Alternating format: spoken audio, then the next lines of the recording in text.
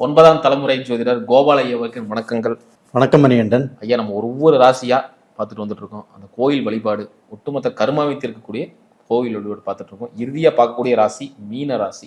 இந்த மீன ராசிக்கு என்ன கர்ம ரகசியம் இருக்கு, இவங்க ஏன் இந்த என்ன கர்மாவை இவங்க பிறந்திருக்காங்க, அதே மாதிரி இவங்களோட ஒட்டுமொத்த கர்மாவை தீர்க்கக்கூடிய அந்த திருஸ்தலத்தை பத்தி கொஞ்சம் சொல்லுங்க. ஃபர்ஸ்ட் என்னை வாழ வைக்கும் ஸ்ரீ அம்பிகை ஜோதிடத்துக்கு என்னுடைய முதற்கண் என்னுடைய நன்றிகளை தெரிவிச்சுக்கிறேன். அது போக என்னுடைய ரசிகர்களுக்கும் என்னுடைய நேயர்களுக்கும் என்னுடைய மனமார்ந்த நன்றியை தெரிவிச்சுக்கிறேன். இப்போ நம்ம பார்க்கக்கூடிய ராசி இறுதியாக மீனராசி. அப்போ இந்த மீன ராசிக்கு கரும வினைகளை தீர்க்கும் ஸ்தலங்கள், அதை பற்றி தான் நீங்கள் கேட்குறீங்க. இப்போ மீன ராசி, இந்த ராசியில் சுக்கிர பகவான் உச்சம், புதன் பகவான் நீச்சம், குரு ஆட்சி. அப்ப இவ்வளவு சிறப்பம்சங்களை கொண்டது இந்த மீனராசி. அப்ப இந்த மீன ராசி அப்படிங்கிறது காலபுருஷ தத்துவத்துக்கு 12வது ராசி. அதுல குரு பகவான் ஆட்சியாக இருக்கிறாங்க. அப்ப இந்த குரு பகவான் ஆட்சியாக இருக்கிறதுனால இந்த மீன ராசியுடைய சிறப்பு என்ன அப்படின்னா, எல்லாத்துக்குமே வழிகாட்டுவார்கள். ஏன்னா அந்த அளவுக்கு அறிவு, திறமை, முயற்சி எல்லாமே மீன ராசிக்காரங்கிட்ட இருக்குது. அவங்க பார்த்தீங்கன்னா பார்க்கறதுக்கு எளிமையா இருப்பாங்க, நல்ல பழகக்கூடிய நபர்கள். இவங்க அடுத்தவங்களுடைய சொத்தையோ இல்லை அடுத்தவங்களுடைய வளர்ச்சியை பார்த்தோ பொறாமைப்படுவதோ எதுவுமே இல்லை. அப்படிப்பட்டவர்கள் இவர்கள் பார்த்தீங்கன்னா அடுத்தவர்கள் வாழோனும், தாம் நல்லா இருந்தா மட்டும் பத்தாது, தனக்கு தெரிந்தவர்களும் நல்லா இருக்கணும் அப்படின்னு இவங்களுடைய பழக்க வழக்கத்துல இருக்கிறவங்க எல்லாத்துக்கும் இவருடைய போதனைகள் நல்லா இருக்கும். அப்போ பாத்தீங்கன்னா எப்பவுமே மீனராசியை சுத்தி இப்ப 10 குடும்பங்களாவது கண்டிப்பாக நல்லா இருக்கும்.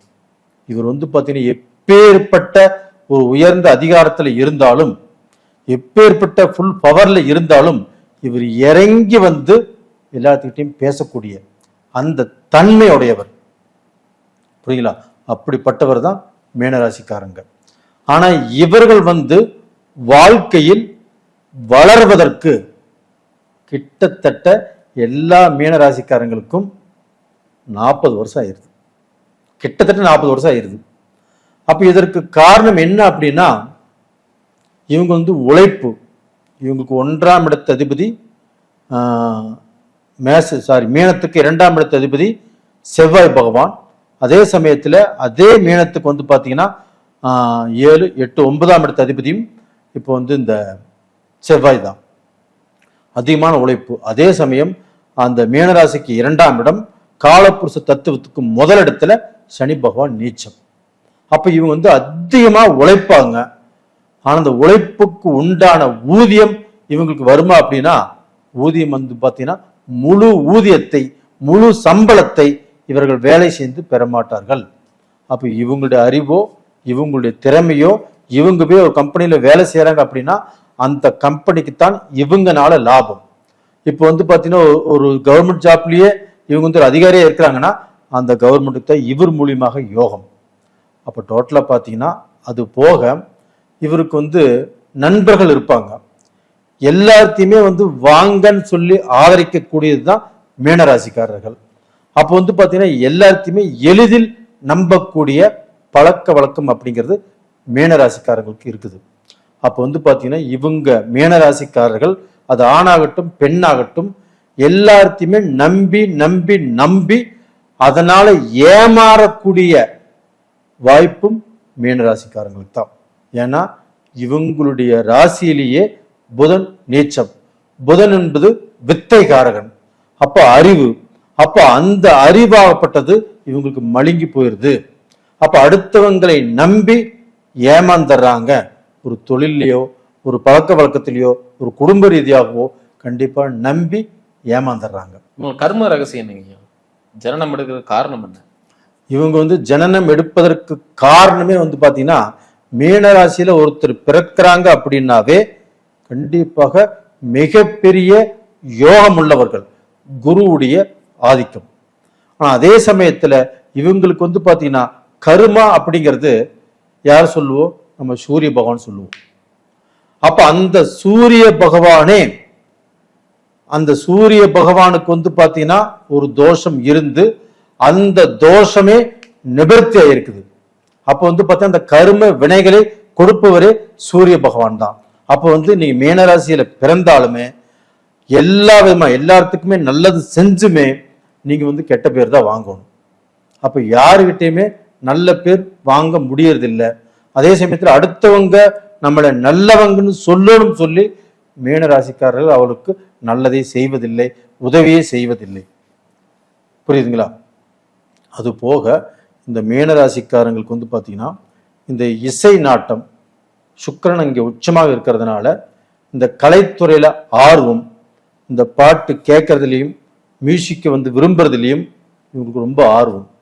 அது போக அந்த மூன்றாம் அந்த சுக்கிரன் அப்படிங்கிறது இந்த மொபைல் சம்மந்தப்பட்டது, இந்த பென் டிரைவர் சம்மந்தப்பட்டது.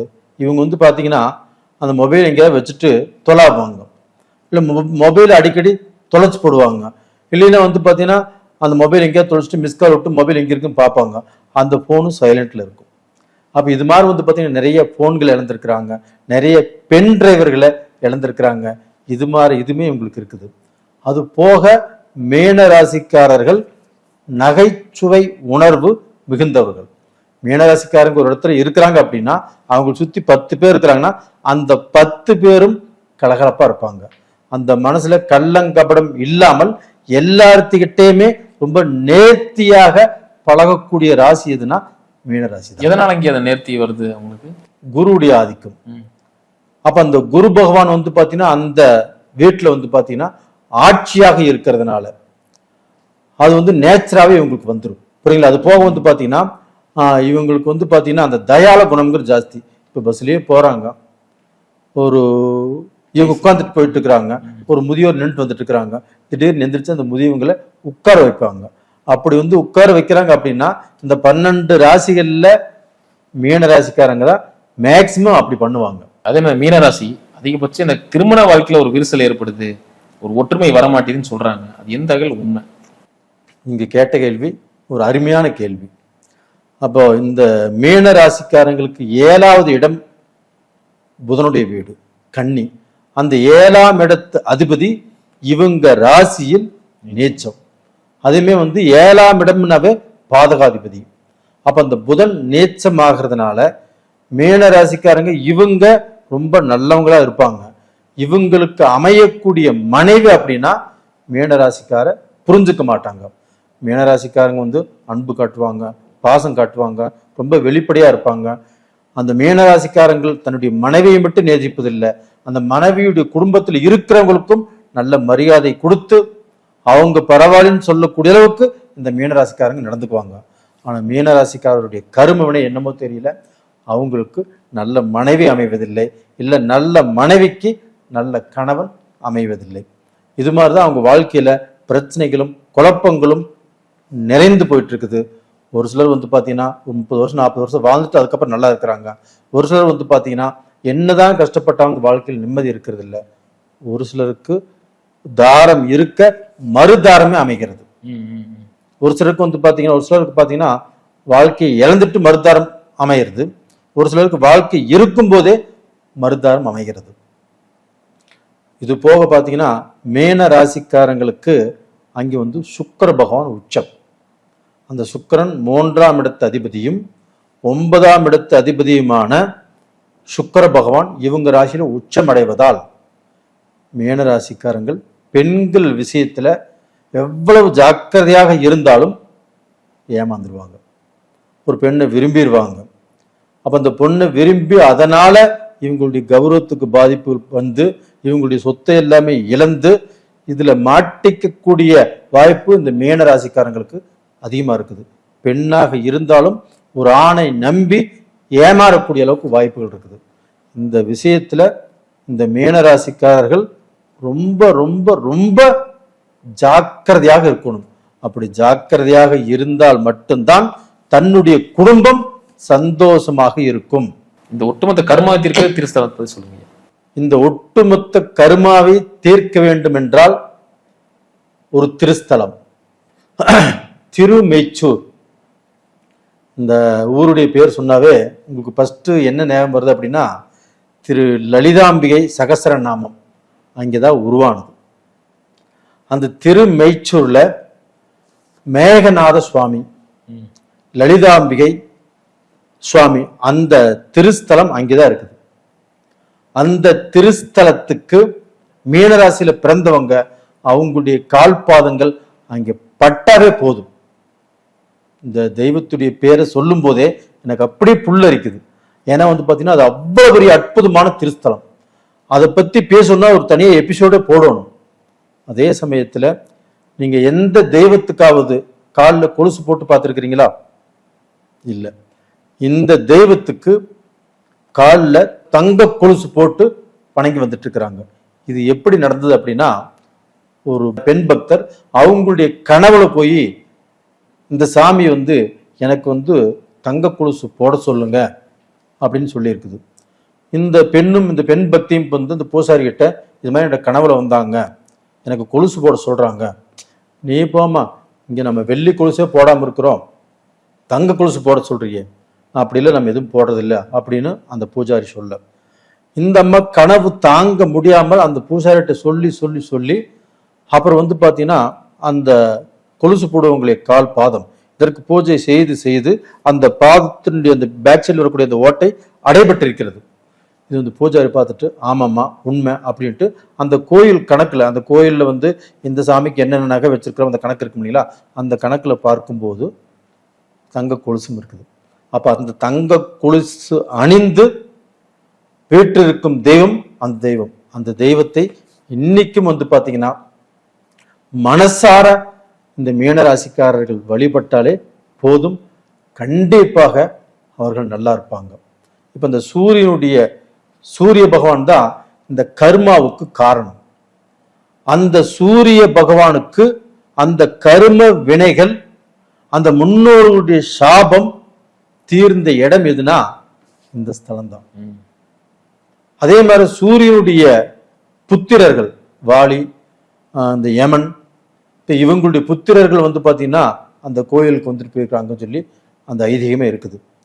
அப்ப பாத்தீங்கன்னா அந்த சூரியன் என்பது நம்ம கண்ணில் பார்க்கக்கூடிய தெய்வம். அந்த தெய்வத்துக்கே அந்த ஸ்தலத்தில் இந்த மாதிரி தோஷ நிவர்த்தியா இருக்குதுன்னா நாமெல்லாம் எந்த மூளை, நம்ம அந்த கோயிலுக்கு போய் நம்மளுடைய பாதங்கள் அந்த கோயில்ல பட்டாலே போதும், கண்டிப்பாக மீனராசியில பிறந்த ஒவ்வொருத்தரும் கண்டிப்பா நல்லா இருப்பாங்க. சப்போஸ் அந்த கோயிலுக்கு முடிஞ்ச வரைக்கும் போறது நல்லது. அப்படி போக முடியாதவர்கள் அந்த லலிதாம்பிகை சகசர நாமத்தை கேட்டு வந்தாலே நல்லது. ரொம்ப அற்புதமா சொன்னீங்க. மீண்டும் அடுத்த காணொளியில ஒரு வித்தியாசமான கண்ணை பத்தி பார்க்கலாங்க. ரொம்ப நன்றி.